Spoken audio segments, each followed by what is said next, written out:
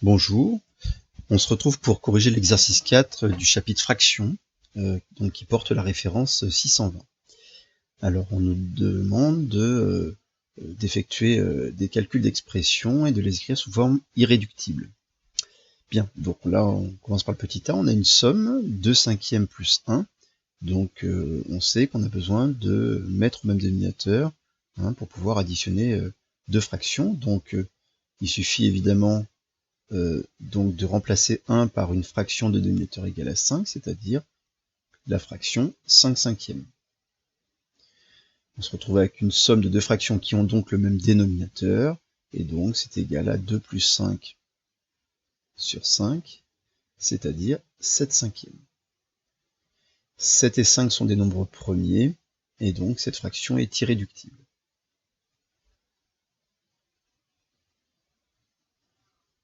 Pas de diviseur commun, évidemment, entre 7 et 5. Le petit b, on a le produit donc de deux fractions. Donc la règle est simple, pour multiplier deux fractions, donc on multiplie les deux numérateurs, donc 3 fois 2, et on multiplie les deux dénominateurs, 4 fois 5. Alors, on peut effectuer les multiplications et ensuite essayer de simplifier notre fraction, mais on peut aussi, et c'est un bon réflexe à avoir plutôt, essayer de faire des simplifications avant le calcul, avant d'effectuer les multiplications. Par exemple, là on a un 4 qu'on peut décomposer en 2 fois 2, ce qui va nous donner 3 fois 2 sur 2 fois 2 fois 5. Et le fait de faire ces décompositions, c'est qu'on voit qu'en fait il y a un facteur 2 en commun en haut et en bas, donc le numérateur et le dénominateur peuvent être divisés par 2, c'est notre fameuse simplification, qui nous donne donc ici une fraction directement irréductible, qui va être 3/10. C'est vraiment la force de la méthode par décomposition, de décomposer en produit de facteurs premiers le numérateur et le dénominateur. Après simplification, on est sûr que la fraction sera directement irréductible. Le petit c, donc cette fois on a une multiplication de fractions et une somme, donc c'est évidemment les priorités opératoires qui s'appliquent en premier, donc en l'absence de parenthèse de priorité, c'est évidemment la multiplication qui est prioritaire sur l'addition, donc on doit effectuer notre multiplication. Même si on serait tenté de faire cette addition, puisqu'on voit qu'on a ici deux fractions qui ont le même dénominateur, mais non, on est obligé d'effectuer d'abord la multiplication. Donc ça nous donne 1 fois 2 sur 3 fois 5, plus 2/5, ce qui nous donne, alors il n'y a pas de, on a déjà des décompositions qui nous permettent tout de suite de nous donner la fraction 2/15 plus 2/5. Maintenant, on doit faire la somme. On sait qu'on a besoin d'avoir donc des fractions de même dénominateur. Donc là, on a les dénominateurs qui sont égaux à 15 et 5. C'est très simple de transformer la fraction 2/5 en une fraction qui a un dénominateur égal à 15. Il suffit de multiplier en haut et en bas par 3. Ce qui va nous donner 2/15 plus, donc là directement, 6/15. Ensuite, ça nous donne donc 2 plus 6, on va un petit peu plus vite, on n'est pas obligé d'écrire la somme, ça nous donne directement 8/15. Et on se pose la question, est-ce que 8/15 est une fraction irréductible? Alors 8, donc soit on cherche des diviseurs communs à 8 et à 15, voilà, soit on effectue les décompositions en facteurs premiers, en produits de facteurs premiers qui nous permettent de voir qu'il n'y a pas de diviseur entre 8 et 15.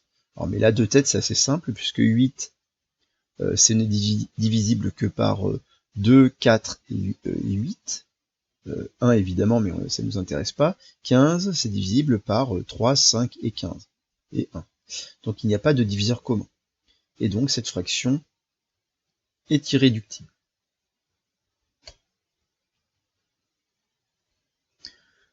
On arrive au petit d, cette fois on a un quotient de deux fractions.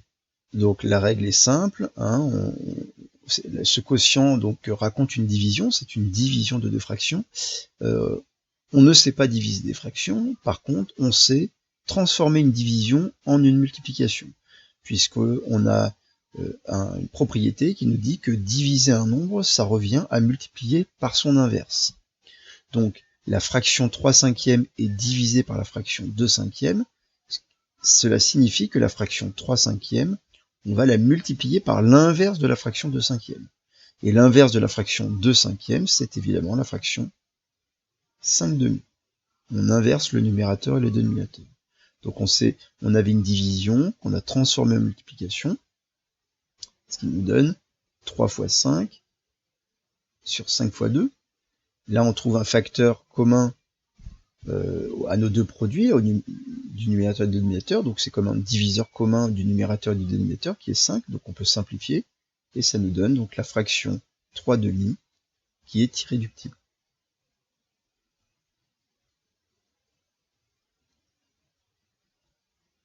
Petit e, ça se complique un petit peu. Là, il commence à y avoir plusieurs opérations. Donc on a un quotient d'une différence par une somme de fractions.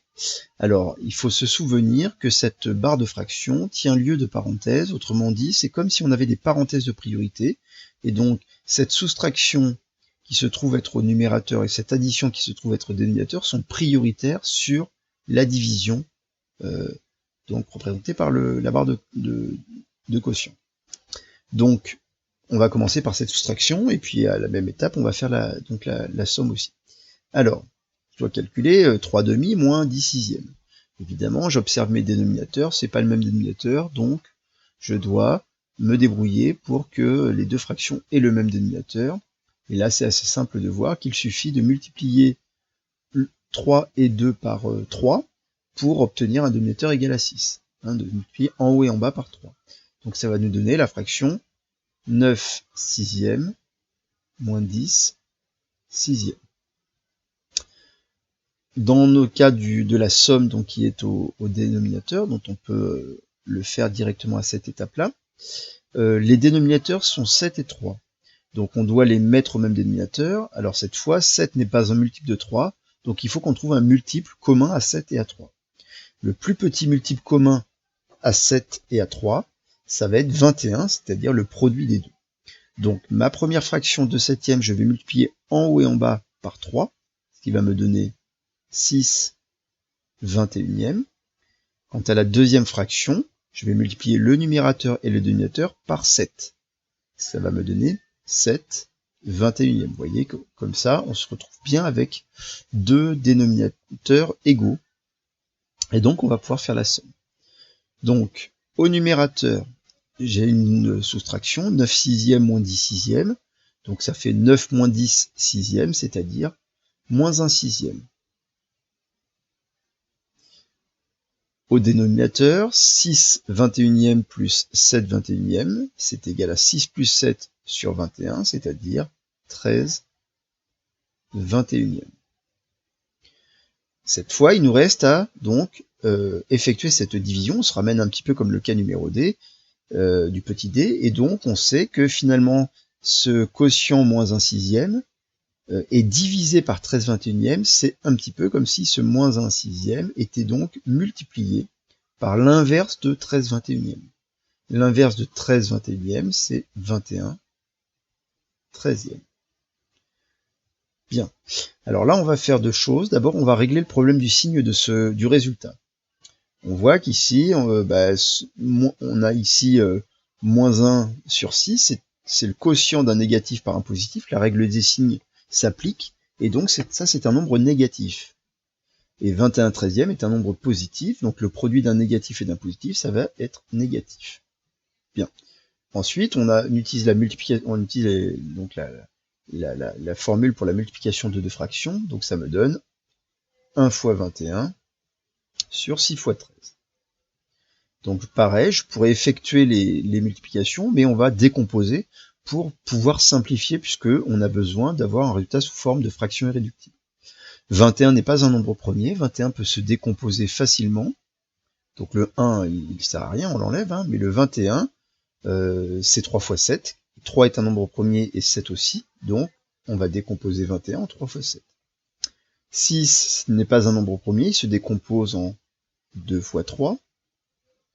Et donc, il nous reste un fois 13 qui est un nombre premier qui ne se décompose pas. Et vous voyez bien qu'on a apparaît ici un facteur 3 commun, autrement dit un diviseur commun au numérateur et au dénominateur qui est 3.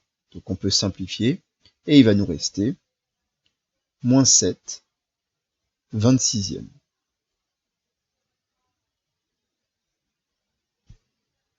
Voilà donc pour ce cas numéro E. Il nous reste petit f à traiter. Alors le petit f à traiter, ici, alors on a plusieurs opérations, on a une soustraction, on a une barre de quotient qui correspond à une division, puis on a aussi une somme. Qu'est-ce qui est prioritaire?